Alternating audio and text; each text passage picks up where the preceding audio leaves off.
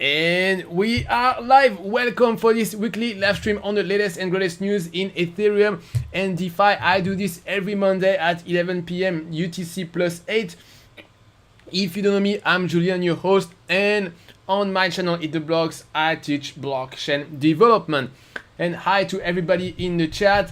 Hi Antoine, Sing, Claude. So today I have a special request for you guys because I would like to have a better system to allow you, the community, to vote for the content of EatTheBlocks. And so far the process has been pretty organic, but also pretty chaotic, where people just randomly send me some email sometime and just make some comment about the kind of content they want. But in the future, I would like something a little bit organized. So that's why I've prepared this vote. So that would be really awesome if you guys, after the live stream, if you could go on this link and vote and tell me basically what is what is this really long link. Let me know, guys, if you can click on the link for the vote and if you can access it, right? So yeah, I would really appreciate to have your feedback on this. It's super important, because really, if I can get the best feedback about what kind of content you want, then the channel is gonna be way better. Yeah, so let me know if you can see the link in the chat and if you can access it. All right, so we're gonna start with the Ether market. So crypto markets went sideways this week, including Ethereum, which wasn't too bad considering that it was a really bad week on the stock market. And so today at the last moment, we just had a really nice pump from Ether. So we almost have no loss for this week. For the Ether gas price, the gas price is pretty stable, but on a high plateau, unfortunately. And when it comes to the market cap of DeFi, so it's a little bit lower than last week, but the number of Ether that is locked in the system keeps going up. So we're gonna soon reach 10 million Ether. So that's the most important thing, actually. Then when we look at the rate, so what do we have this week? So we have 17% for Tether on Compound, and the other very high figure I saw was SUSD, so the stablecoin of Synthetics, which is at 15% on Aave. Then for the top DeFi coin of the week, let's see what we have. So we have IDEX, which is back from the dead, the best performer of the week. So if you never heard of IDEX, it means you are new to crypto, because IDEX basically is one of the oldest decentralized exchange. So at the beginning, IDEX was like, the interface was really terrible and the user experience was really terrible. But that's how I sold my first crypto bonus. That was in 2018. And now they've improved a lot. Now they have a whole KYC project. So it's not really fully DeFi. It starts to become a little bit more corporate. But yeah, so this week the token really boomed like crazy. Then we have TrustSwap, really good week. The token of PancakeSwap also. Then some token, I don't know. We have the token of the Melon protocol, which is now has been rebranded Enzyme, and it pumped because it did an integration with Aave. So that's basically, with the Enzyme protocol, you can basically create your own hedge fund on blockchain. It's a little bit similar to the SET protocol in that regard. So we also have Curve Finance, which is doing really well. Who else? NFTX, which is an index for NFT. Actually, I want to buy some NFTX because that's an easy way to get some exposure to NFT without having to pick yourself all the NFT. And then when it comes to the loser, we don't have so many this week. So Sushi, It's actually a pretty good buying opportunity for Sushi because Sushi is the number 2 DEX on Ethereum, and I think this is undervalued. Badger DAO, which is basically a project that want to bring DeFi but via Bitcoin on Ethereum. This is quite special. Then we have Uni minus 12%. So this is a bit weird because Uni just announced that they will release their V3, so normally it should go up. So I also think this is a good buying opportunity here. Okay, so next we will continue with the main news of the week, which is Uniswap V3. They just announced their new version. So the big change in V3 is something called concentrated liquidity. So liquidity providers in V3 will be able to select their price exposure. So instead of just saying that you want to provide an amount of liquidity on top of it, you will also specify that you want your liquidity to be used only for a specific price range, and trading fees will only be paid to liquidity provider who have specified a price range that contains the current price. So a big advantage is that it's far more capital efficient, which means, in other words, that liquidity providers will get a higher return on their capital. Another big advantage is that liquidity provider will limit their risk of impermanent loss. So if you never heard of impermanent loss, it's a kind of risk that is specific to automated market maker in DeFi, where liquidity providers can lose money when the volatility is high. So usually impermanent loss is more than compensated by trading fees, but not always. And you have tools like Uniswap ROI to help you evaluate this risk. So if we compare this to traditional exchanges where liquidity providers are actually called market makers, it's as if you place an infinity of limit order over a certain price range, and if any of these limit orders is executed, it updates the other limit order by subtracting the amount that was traded. So we have talk of liquidity providers, but what about traders, who are the participants that consume the liquidity? So a part of the big improvement in capital efficiency will be passed on to traders with lower slippage, which means in simple terms that they can basically, if they buy a large quantity, then they will have a better price. So Uniswap even claims that there will be less slippage than on exchanges focused on stable coins like Curve Finance. So this is really big claim. So you have some really nice animation in the article of the official announcement to help you understand this idea of concentrated liquidity. So they did a really nice explainer here. So animation here, like another one here. So yeah, really nice job of Uniswap. And so they have an example that I find pretty useful. Okay, so let's explain. So let's say you have Alice and Bob. They both want to provide liquidity on the ETH DAI pool on Uniswap V3.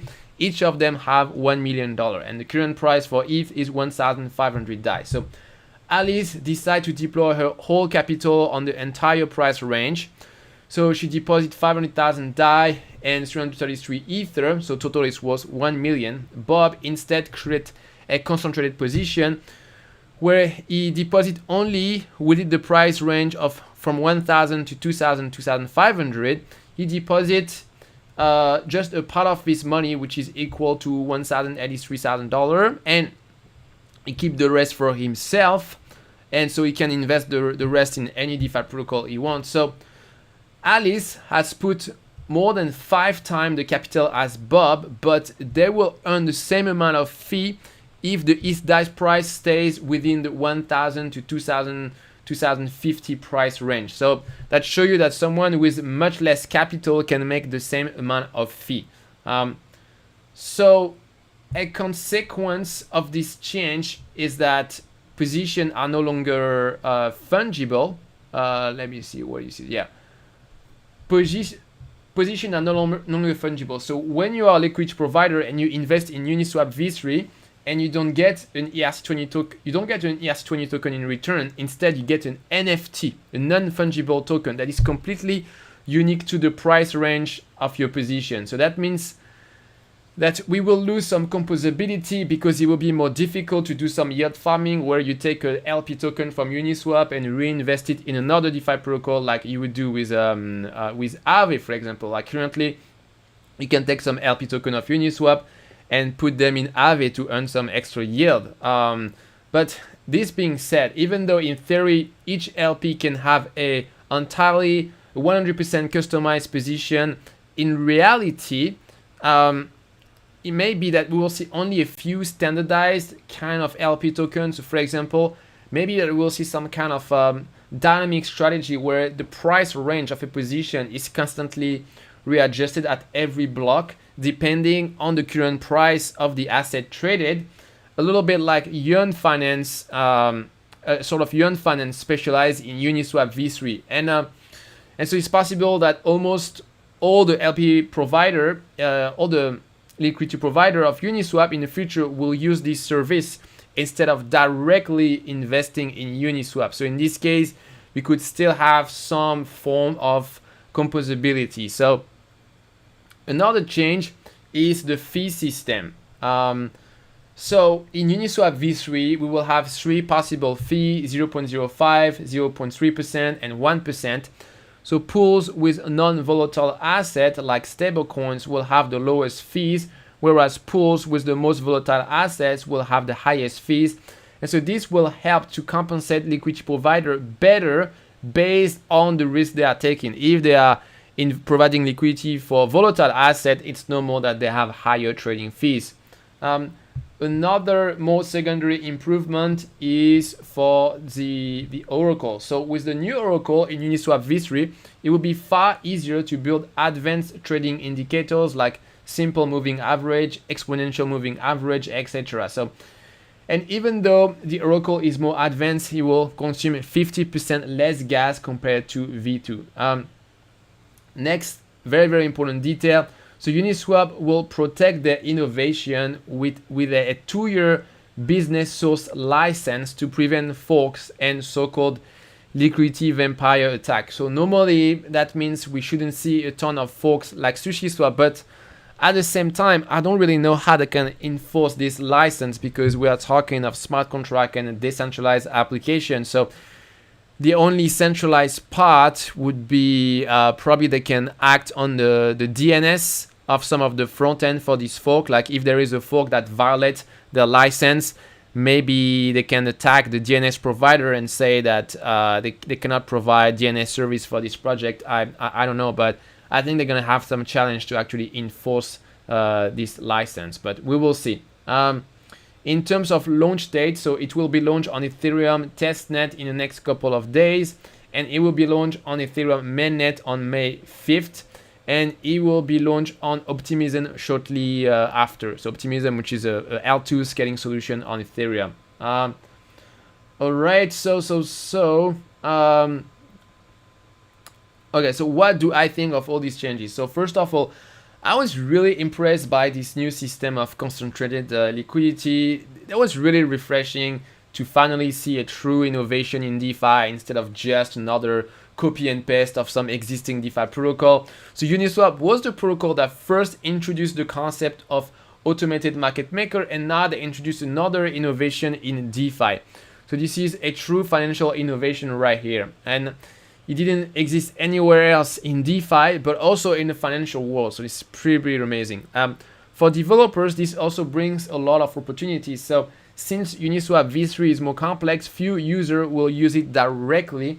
Instead, to be a LP on Uniswap v3, most users will use other protocols built on top of Uniswap. So as blockchain developers, this is a great opportunity. For DeFi, it will be super positive because it will make decentralized exchanges even more competitive compared to centralized exchanges, because now we'll have even lower slippage and even higher capital efficiency compared to before.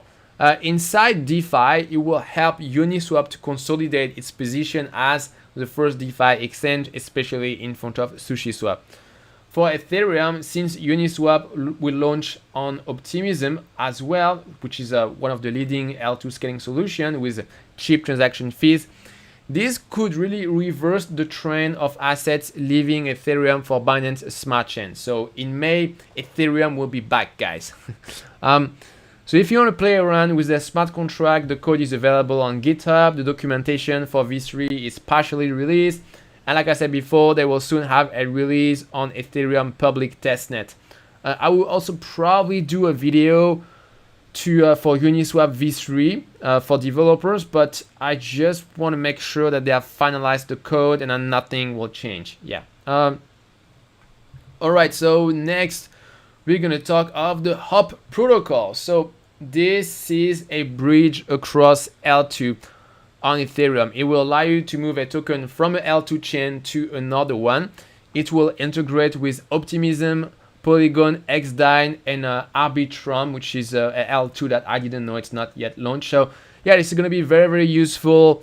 And now, so the L2 chain on Ethereum are becoming more and more needed. And so this will improve the user experience. We really need both the developer tool and also the user tools to be much better for L2. So this is a step in the good direction. Then we have this new project called the Shutter Network. So that's a project to fight front running on Ethereum. So it works with a system of encrypted transactions, and it's interesting to see that we have more and more attention that is given to front running on Ethereum. There is this new term that has came up. It's called MEV, miner extracted value. And so now there is a whole part of the industry that is focusing on this problem. So after the scaling problem, I think this is one of the most pressing problems we have on Ethereum. And so if we can solve the scaling problem and the front running problem, it will make Ethereum the first blockchain for DeFi again. That is for sure. Next, we're going to talk of the hack of the week. This happened on Binance Smart Chain for TurtleDeck. So this is a decentralized exchange on Binance Smart Chain. So $2.5 million were stolen in BNB token. That was a rug pull, which means the scammer pulled out the liquidity and took off with the money. So their Telegram, the website, and Twitter were deleted. And people were really pissed because the smart contracts were audited by a security company called TechRate, but they totally missed the potential for a rug pull. Yeah, so I mean, there are a lot of scam in DeFi, but in particular on Binance Smart Chain. So you got to be really, really careful when you invest in your project. Okay, so then we're going to talk of NFT with Beeple, so which is the most successful NFT artist. He sold an NFT at a record of 69 million a few weeks ago, and so he converted his earning of $53 million into Ether right away, from Ether to hard cash right away, because he was scared by the volatility of Ether, which I think is fine. He's not really a blockchain guy. He's more of an artist, so he's not comfortable with crypto. That's fine. But after he said that NFT is absolutely in a bubble, I don't see the need to criticize NFT just after he made so much money from them. It almost made him look like a scammer just saying that. So, I mean, maybe he didn't think much when he said that, but yeah, that wasn't really smart of him to say that, really. And I mean, I don't know if NFT are in a bubble right now. I mean, this is a new way of rewarding artists. So we will see. Then another NFT from John Reese, who is one of the actor of Monty Python. So he sold an NFT of the Brooklyn Bridge, and so the bidding start at $100, but he said that you can have it right away if you pay 69 million. Yeah, let me see. This is on OpenSea. Is it? What's the bid right now? Okay, yeah, about 40K, huh? Interesting. Yeah, I wouldn't buy it. All right. Then another NFT of the Time magazine, which is doing an NFT for some of the most famous cover they did. So I have to say I don't really get it because they can already sell the physical magazine. So I don't really see the point of them doing an NFT of the magazine, because for artists, NFT makes sense because you have a lot of artists that aren't really able to monetize their work, but with time they are supposed to be able to sell their magazine already. So yeah, I'm not too in favor of NFT for the Time magazine. Then another NFT that sells for a lot of money. So that's an ad for Uniswap, and this sold for $500,000. I think we do have a video somewhere. Let me see. Where do we have the video? Okay, I lost it. I thought we had a video somewhere. Yeah, so that's not a beginner artist who did this. That's someone who already had some brand recognition in the industry. She already worked for Batman versus Superman and Wonder Woman, and she also did some stuff for Diablo 4 of Blizzard. So yeah, that's not a beginner. Then we're gonna talk of something really cool from Very Nifty. So Very Nifty, an NFT project, just introduced an NFT flash loan. This is the first time I hear about this. So you can borrow one of their 18,000 NFT, and one of these NFT is Hash Mask, which is a collection of NFT by 70 artists. So if you hold one of the NFT, you are rewarded with some NCT tokens. So the team of Very Nifty made a profitable NFT flash loan by borrowing some Hash Mask NFT. Then they claim the NCT token reward. Then they reimbursed the NFT flash loan. And finally, they sold the NCT token. So that's very, very interesting. Currently, the flash loan are free, but that won't last. They will add a fee in the future. So I'll probably do a tutorial on that later because I think this is super cool. So what's interesting with NFT flash loan is that it's very new and probably too small for professional arbitrager and liquidators at the moment. So if you start to study this now, I do think you have a chance of making money with NFT flash loan, but it will probably not last. It will probably become more competitive in the future. Then still in NFT, so there was a hackathon just for NFT, and so you can check out the winners of this hackathon if you want to find some inspiration, if you are a builder and you want to build something in the NFT space. And if you are a developer and you like one of their projects, you can always send them a message and say that you want to help, and maybe some of them are hiring, you never know.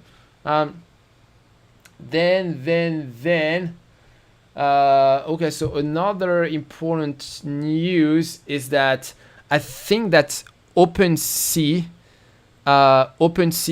raised, I think, 24 million. So OpenSea, which is basically the leading marketplace for NFT. So yeah, it's really good to see them raising so much money, and that's really a sign that VC are taking the NFT industry very, very seriously. Then we have another money raise, but I think I also missed the link. So that's blockchain.com. Also raised $300 million. So blockchain.com, that's one of the leading wallet for Bitcoin, one of the leading blockchain explorer. Also, they were one of the first one, basically one of the first wallet. I think they existed since like 2013 or something like this. It's one of the first crypto company, and I think they were initially funded by Roger Ver, if I'm not mistaken. And so for the story, I met the CEO, Peter Smith, in 2017 in London when I was getting started in the crypto industry. And so I had a job interview there. And so, yeah, I met at some point for the interview, I met with the CEO, and they have a pretty cool office in London. But in the end, I didn't work for them. So, yes, that's for the story. Okay, so then what do we have next? We have news from Visa, who just announced that they will accept USDC to settle transaction on their network, and they just performed the first test transaction on Ethereum. So it's going to help a lot to make stablecoin more legitimate in the business community. That's very, very good. Then news from the OKX exchange in Korea, which is going to close because the new anti-money laundering regulation make it too expensive to operate an exchange, but they still have some other location. So it's always a bit sad to see regulation killing some crypto business, but fortunately we haven't seen this yet happening for DeFi. Next, some news from Ray Dalio. So Ray Dalio, he's a legendary investor. So he thinks that even though Bitcoin has proven itself, it's still very likely that governments will end up banning it like it banned gold. So that's something that very few people know. Actually, gold was banned in the US in the Great Depression because people were selling fiat money for gold as the value of fiat kept falling. Owning gold was forbidden in the US until the 70s. Yeah, well, I mean, I know that some governments like India are thinking of banning crypto, but I really doubt like some Western government like the US or in Europe will outright ban crypto, because I think like crypto is slowly infiltrating the business community, and I think at some point it will become too politically costly to ban crypto. So even though this is a scary prospect, I don't think this is going to happen. All right, so next, we're gonna talk of Bitcoin with Fidelity, who apply for a Bitcoin ETF in New York. So we already had some Bitcoin ETF approved in Canada before this year, and in New York currently we have 4 or 5 applications at the moment. So Fidelity is a full part of Wall Street, really part of the establishment. So if there is a company that can get its Bitcoin ETF approved, it's them, really. And on top of it, everyone is expecting the SEC to approve the first Bitcoin ETF this year. So yeah, it's probably a matter of months now before we get the first Bitcoin ETF in New York. And yeah, it will be super bullish for Bitcoin. Next, some news from Tesla. So Elon Musk, the CEO of Tesla, announced you can now buy a Tesla with a Bitcoin. And he also said that they won't sell the Bitcoin. They will hold on to them. So yeah, very, very bullish, because there will be some Bitcoin that will be locked basically for years. So, but it was a little bit worrying that it didn't pump the price of Bitcoin this time, because I mean, usually like any announcement of Elon Musk about Bitcoin is really, really bullish. So yeah, it's as if the market had too much good news in the past few weeks, and now like a drug addict, like when you take too much drug, it doesn't do any effect. So yeah, a bit strange. Then we're gonna continue with some news for developers. So OpenZeppelin, the library for Solidity, has just released its version 4, and it now supports Solidity 0.8. Next, some news from Remix, the IDE for Solidity. So Remix now has workspaces. So that means you have one file system per workspace. So it's better to work on separate projects. So I've been using Remix since the beginning, and these guys have done a phenomenal work. They just kept improving, adding feature all the time. These guys are really, really doing a great job. Next, I wanted to show you this new framework for blockchain devs. So it's called UseDApp. So it's a new front-end framework for decentralized application. It has some very useful React components for dApps, like components for tokens, and it also keeps the front-end up to date. So I would put it in the same category as Drizzle, another front-end framework for dApp. And it was created by the creators of Waffle, which is one of the most popular testing library. Then I wanted to show you this news about curl. So if you never heard of curl, that's basically a command line tool that allows you to do some HTTP requests. It's used by many entities, many people across the web. I think there is a figure somewhere that said that it runs on 10 billion machines or something like this.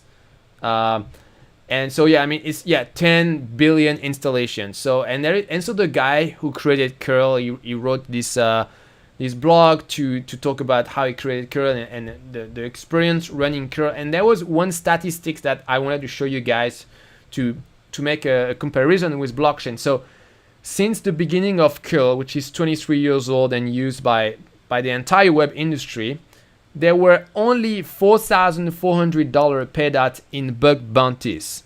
I mean, I don't know if you realize, but that's so tiny for a tool that is used by the entire industry. But in the blockchain industry, even for the smallest project, if you go on a Gitcoin and try to see how much money was given to their project as grant to fix some bugs, it's going to be much more than this, at least $10,000, $20,000. So it's really telling that that in crypto, like a project like Curl have like so much less money than many blockchain projects that are way smaller than Curl. That I really show you the power of blockchain, the fact that we have like so much more money than other niche in the tech industry. So yeah, let's be grateful of this. Let's be really grateful. All right, so we're gonna do the Q&A, but just before, I wanted to tell you quickly again about this poll I am doing. So it's basically, I want to improve the way I select the content for the YouTube channel of EatTheBlocks. I want basically a system of feedback where you guys tell me what you want. So it's basically, I will make some proposal, and maybe there will be a new vote each week. And so yeah, so there are different possibilities how we can implement this vote. So please go on this link and vote. It will just take you literally 1 minute. So I just put the link in the chat. Let me know if you have any problem to access this poll, but it's very important. Yeah, so please send your vote there. All right, so let me go up in the chat and see which question we have. Hi Fadl, hi THX, hi Muhammad, hi Freddy, hi Singh, Trezor or Ledger, which one is secure? Both of them are secure, really. Hi Abracadabra, hi Javier, hi Fox. Uniswap v3 is not exciting. Ethereum is only for whales. We are normal users. Yeah, but when Uniswap v3 will be deployed on Optimism, finally, normal people will be able to use Ethereum again. IODG is saying Uniswap v3 plus EIP 1559. Supposedly, you mean that it will solve the gas problem? Well, part of it, yes. All right. Let me see. What do we have after this? Fox Rayman, how about 1st of April Ethereum miners attack? Oh, I haven't heard about this. Is it the thing? Really? Abracadabra, Ethereum miner can't even reach 51%, so it's not even a threat. Okay, THX, it's almost spring break. Yeah, well, no spring break this year with COVID, unfortunately. Abracadabra, question for Julian. Visa announced they will settle USDC transaction over ETH. Will this pump ETH again? Yeah, it should. I mean, ETH pump just today, so I don't know. I think Visa made the announcement just today, so yeah, it could be the reason of the pump of today. Yes. Le partage du savoir. Hello everyone. Hey man. Fabio Oliveira. Hey bro. Learning a lot with your video. Keep rocking. Thank you. By the way, have you been successful doing flash loan in Binance Smart Chain? So me, I don't run my own flash loan because I'm too busy to do tutorials, but I have a video on flash loan on Binance Smart Chain, and so it's between Bakery Swap and Pancake Swap, which are both fork of Uniswap. So it simplified the arbitrage because this is the same interface for the two protocols. So yeah, check out this video if you're interested in flash loan on Binance Smart Chain. Hi Gashes. Abracadabra, ETF for Bitcoin will shoot the price to the moon, maybe even to Mars. Yes, absolutely. Fadel, not sure what an ETF is exactly. That's an exchange traded fund. So it's basically it's basically a way for it's a way for a finance company to make themselves available to investors with a stock. So let's say you're a hedge fund and you want to allow retail investor to invest in your hedge fund. It's not really doable to do an IPO and to issue a stock like a huge company would do, because an IPO is very costly. But they can create one of these ETF, and with this mechanism, retail investor can access their trading strategy basically. Mr. Evan Freeman, salut Julien, hey man. Okay, so I'm going to translate in French, because this is in French, but you see, okay, are you interested in working in a launchpad cross-chain based in Paris?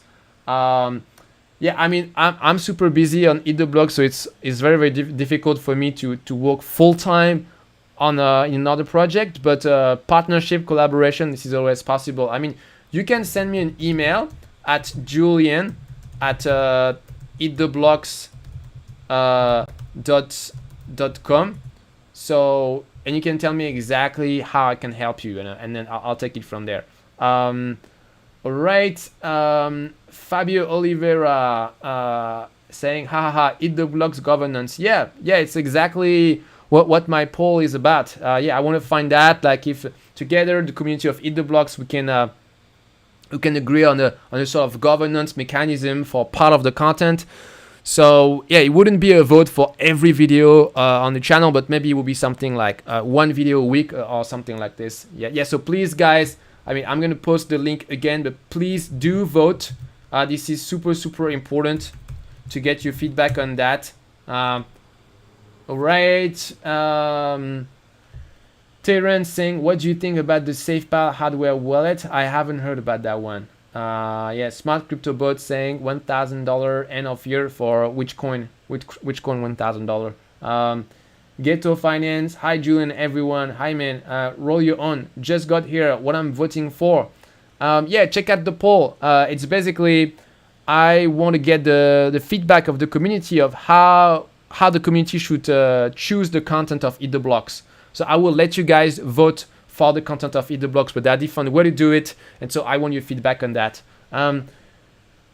Terence, any resources to learn more about the theory behind DeFi tokenomics? And there is nothing that comes to my mind, but maybe I could prepare something, because I think it's something really important. Abracadabra, question for Julian. Do you have a girlfriend, or are you married with Solidity? I do have a girlfriend. And it's not a programming language, fortunately.